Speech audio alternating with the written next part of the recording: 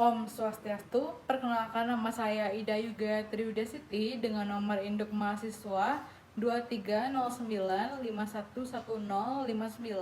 dari kelas A Fakultas Kedokteran Hewan Universitas Udayana.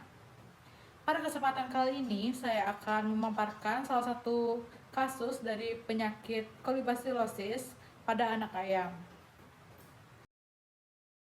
Kolibasilosis merupakan salah satu contoh penyakit yang umum ditemukan pada ternak ayam broiler maupun ayam petelur atau yang biasa disebut dengan epek.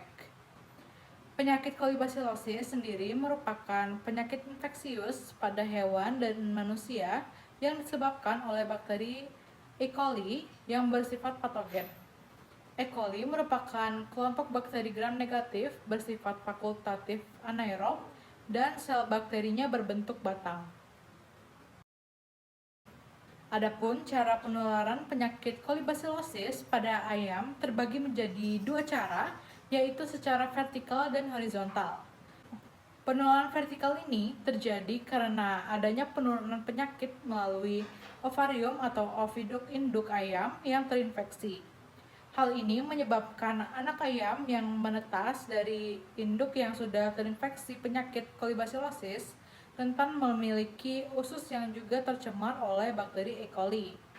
Sedangkan penularan secara horizontal salah satunya adalah penularan melalui kontak langsung dengan ayam atau alat atau bahan kandang seperti alat makan dan minum yang telah terkena bakteri E. coli. Bakteri ini dapat menular dengan mudah apabila terhirup oleh ayam atau menyerang saluran pernafasan pada ayam itu sendiri. Penyakit kolibasilosis semakin berkembang dengan pesat seiring terjadinya perubahan musim. Bakteri E. coli ini lebih cepat menginfeksi ayam saat cuaca tergolong lembab, yaitu saat masuk musim penghujan. Adapun ciri-ciri dan gejala penyakit kolibasilosis pada ayam adalah yang pertama itu ayam tidak aktif, lemas atau lesu, lalu ayam mengalami penurunan nafsu makan, jadi dia tidak mau makan, lalu bulunya kusam dengan sayap menggantung, dapat disertai juga dengan timbulnya radang pada area mata, lalu mengalami kepincangan, lalu terdapat peradangan atau pengejuan pada selaput otak, selaput jantung, dan selaput rongga perut. Mengalami peradangan pada hati dan kantung udara, mengalami diare sehingga bulu di sekitar dubur menjadi lengket dan kotor. Adapun contoh kasus dari penyakit kolibasilosis pada anak ayam adalah ini suatu pengalaman yang saya hadapi sendiri, yaitu di mana pada tanggal 13 Februari awal tahun ini, yaitu tahun 2024, saya dan keluarga pergi ke sebuah pasar malam yang berada di Kota Tabanan. Kami membeli 2 ekor anak ayam broiler berwarna-warni yang berwarna kuning dan membawanya pulang ke rumah. Sejak awal kami membelinya, salah satu dari 2 ekor anak ayam terlihat lebih lemas dibandingkan dengan anak ayam lainnya. Dapat dilihat pada gambar, anak ayam A dan B terlihat berbeda. Anak ayam A lebih aktif dan terlihat lebih sehat, sedangkan anak ayam B terlihat lemas dan dapat terlihat juga mengalami peradangan pada area matanya. Lalu anak ayam B ini juga mengalami berkurangnya nafsu makan, kepincangan, bulu kusam dengan sayap menggantung, dan juga mengalami diare sehingga bulu pada duburnya lengket dan kotor.